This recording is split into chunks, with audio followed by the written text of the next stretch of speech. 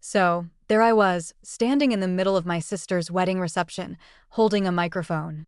The clinking of glasses had just died down, and 300 pairs of eyes were staring at me, expecting a sappy maid of honor speech.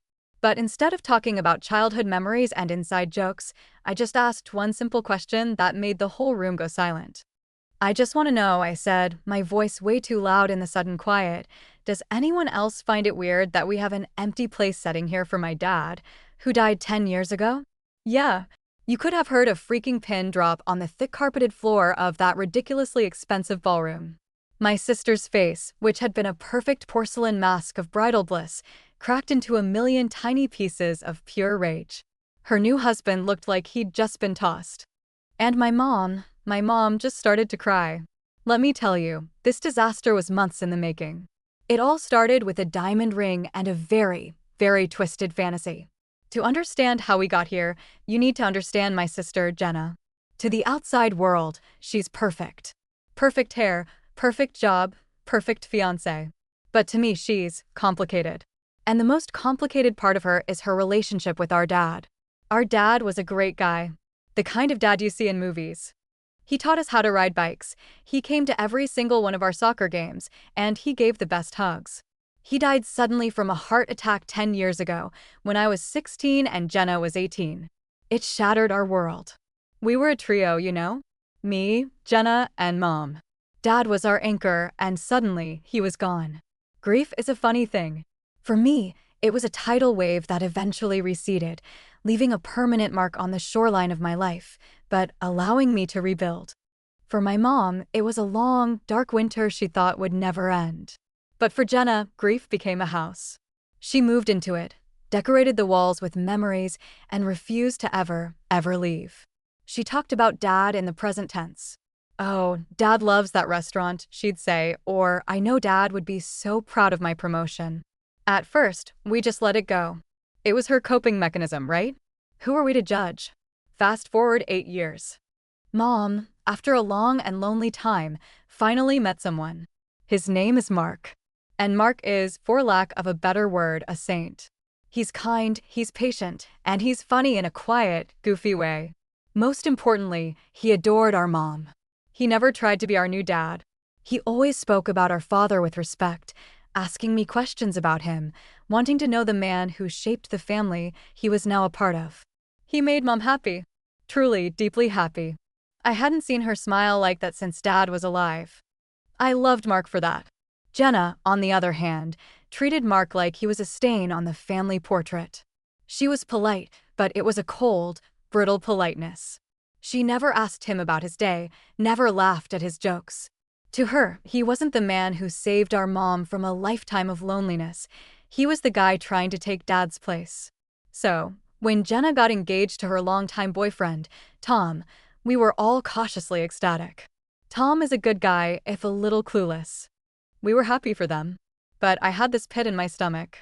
I just knew this wedding was going to be a battleground for Jenna's warped reality. I was right. About a month into the planning, Jenna sat me down for coffee. She was buzzing with excitement, showing me pictures of dresses and venues on her iPad. It was all very normal until she got this serious look on her face. So, we need to talk about the wedding, she said, her voice dropping to a conspiratorial whisper. Specifically, about Mom. Okay, I said slowly. What about her? I don't want Mark to come, she said, flat out. I literally choked on my latte. What? Jenna, you can't be serious. He's Mom's husband. I am completely serious, she said, her jaw set. This is my wedding day. It's supposed to be about family. Our family. Mark's presence would be confusing. It would be disrespectful to Dad's memory. I just stared at her, trying to see if she was joking. She wasn't. Disrespectful? Jenna, Dad is gone. Mark is here. He's part of our family now. Banning him is what's disrespectful. To Mom. How do you think she's going to feel? Mom will understand, she said with this infuriating confidence. She knows how important Dad is to me. He's supposed to walk me down the aisle. How can I have another man there, standing next to her? It's just wrong.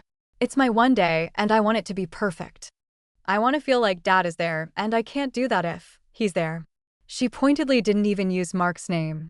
My blood started to boil. Jenna, this is insane. You're asking mom to come to her own daughter's wedding alone, like she's a widow. She's not a widow anymore. She's a wife. You can't do this. The conversation went in circles for another hour. She accused me of being unsupportive. I accused her of being delusional and cruel. We left angry, and that was the first shot fired in what would become a full-blown family war. The next step, of course, was to talk to mom. I drove to her house, prepared to back her up, expecting her to be just as outraged as I was. I was wrong. I found her in the kitchen, looking pale and stressed. I told her what Jenna had said, and she just sighed, this long, weary sigh that seemed to deflate her whole body. I know, honey. She already talked to me, mom said, refusing to meet my eyes. And? What did you say? You told her she was being ridiculous, right? Mom wrung her hands. It's her special day, sweetie. I don't want to cause a scene. She's just so emotional about your father. I couldn't believe what I was hearing. Mom, no. This isn't about Dad. This is about her refusing to accept your happiness. You can't let her do this. Where is Mark? He's upstairs, she mumbled. He said he understands. He doesn't want to be the cause of a fight. Of course he said that. Because Mark is a good man. A better man than my sister deserved. I stormed upstairs and found him pretending to read a book in their bedroom. He looked up and gave me a sad little smile. Don't worry about it, kiddo, he said. It's one day. I can take one for the team. The last thing I want is for your mom to be upset at her own daughter's wedding. And that made me even angrier. Because they were both letting Jenna win. They were validating her crazy fantasy world where our mother was supposed to remain a grieving widow forever just to make Jenna's wedding photo album look a certain way. I argued with them both, but it was like talking to a brick wall. They had decided that appeasing the bridezilla was the path of least resistance. A few weeks later, the official invitations arrived in the mail. I opened mine. It was all very elegant, cream-colored cardstock with gold lettering. Then I got a text from Mom. It was a picture of the envelope her invitation came in. It was addressed only to Mrs. Carol Miller, not Mr. and Mrs. Mark Johnson. Just her name. Her name from when she was married to our dad. Inside, the invitation was just for her. It was such a deliberate, petty, public snub. Mark was officially uninvited. Erased. The next escalation came when Jenna launched her wedding website.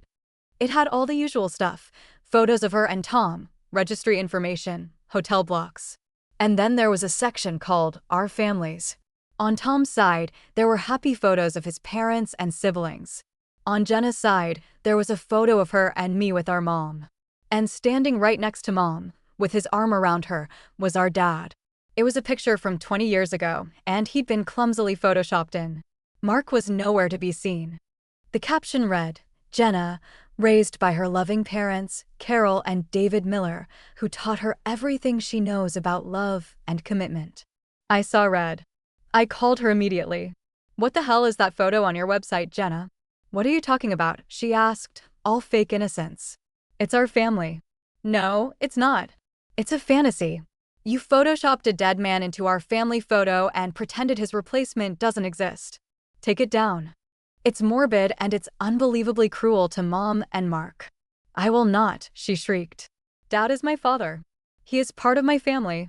I'm sorry if you've forgotten about him, but some of us haven't. You're just trying to ruin this for me. She hung up on me. I felt like I was losing my mind. Was I the only one who saw how messed up this was? The week before the wedding was the breaking point.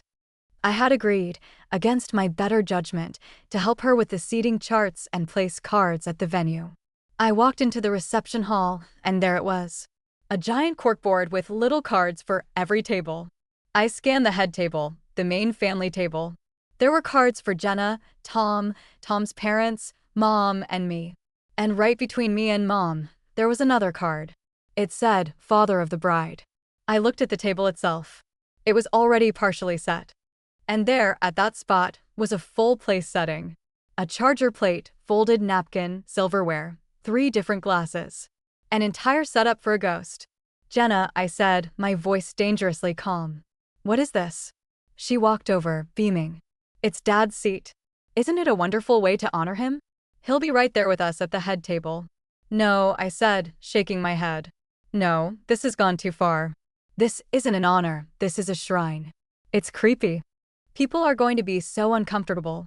Mom is going to be sitting next to an empty chair that's supposed to be her dead husband. Do you have any idea how psychologically twisted that is? You just don't get it, she snapped, her eyes flashing. It's a tribute. It's beautiful. You've had a problem with every single thing I've done to include Dad in my wedding. It's my day, and if I want a seat for my father, I will have a seat for my father. We had a massive screaming match in the middle of that empty ballroom. I left in tears, and for the first time, I seriously considered not going to the wedding at all. But I had to. I was the maid of honor. And more importantly, my mom needed me. The rehearsal dinner was a nightmare. Mark wasn't there, obviously. He was at home, probably eating a TV dinner alone while his wife was forced to play along with this charade. During the toasts, Jenna got up and started talking about Dad. She cried about how she wished he could be there to walk her down the aisle. Then she looked right at our mom, who was sitting there looking like a hostage, and said, "But I know he's with us. And Mom, I know you feel him too. It's like he never left, isn't it?" It was a demand, not a question.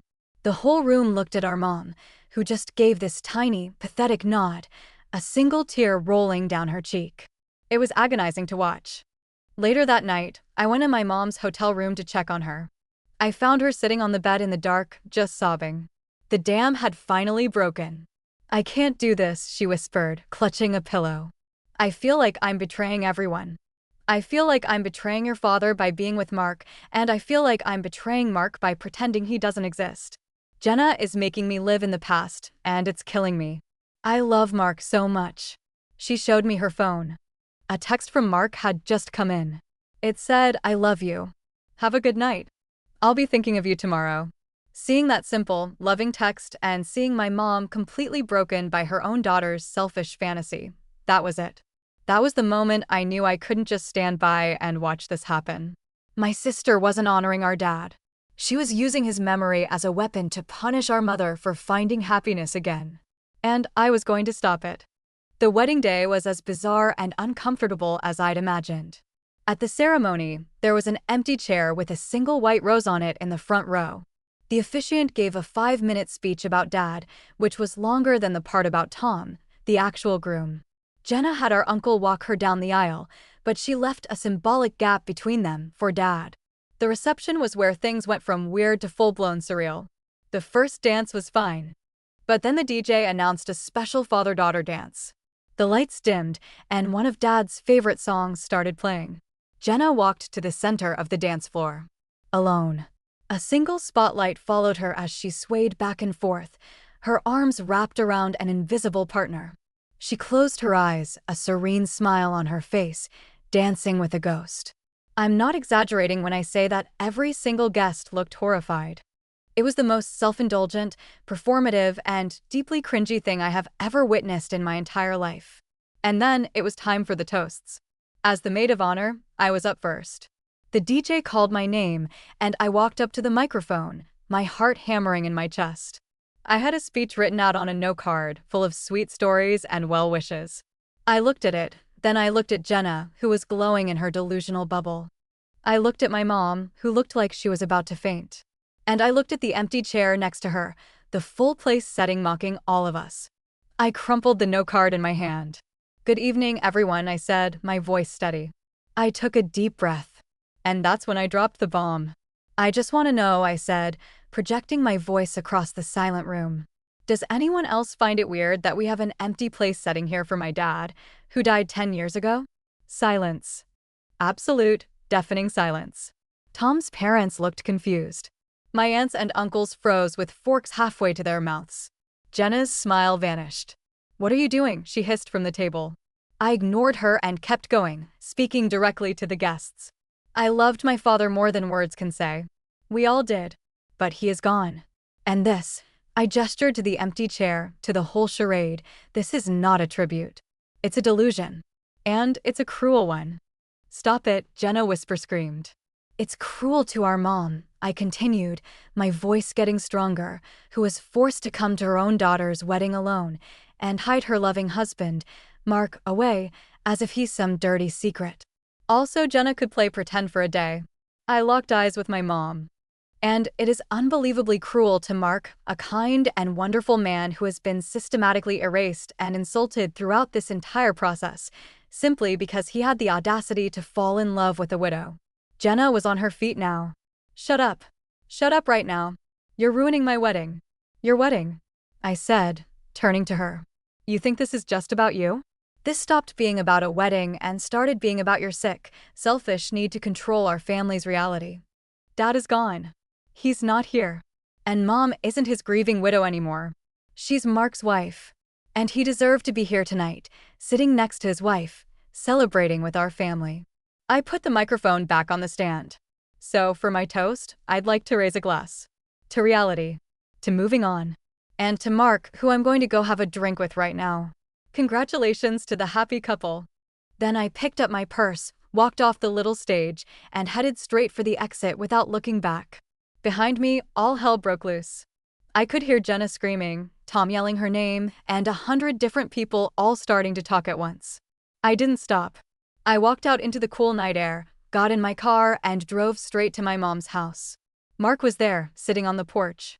He stood up when he saw me. I just burst into tears and told him everything. About 20 minutes later, another car pulled into the driveway. It was Mom. She got out of the car, still in her mother of the bride dress, and walked right up to Mark. She threw her arms around him and just held on, sobbing into his shoulder. "I'm so sorry," she kept saying. "I'm so sorry. Jenna and I haven't spoken a single word since that night." She sent me a text that was so long I had to scroll 3 times, calling me a jealous, evil monster who deliberately destroyed the most important day of her life. Her husband, Tom, actually tried to call me a few days later to mediate, but I didn't pick up. The family is split right down the middle. Half of them think I'm a hero, the other half think I'm the devil incarnate. But I don't care, because my mom is free. It's like watching a flower bloom after a decade of frost. She and Mark are themselves again. They hold hands in public. She doesn't hide her phone when he texts. She is no longer living a double life, torn between the ghost of her past and the man who is her future. Jenna's twisted fantasy world had put my mom in a cage, and I just handed her the key. Maybe I ruined my sister's wedding. But you know what? I think I saved my mother's life. And I'd do it again in a heartbeat.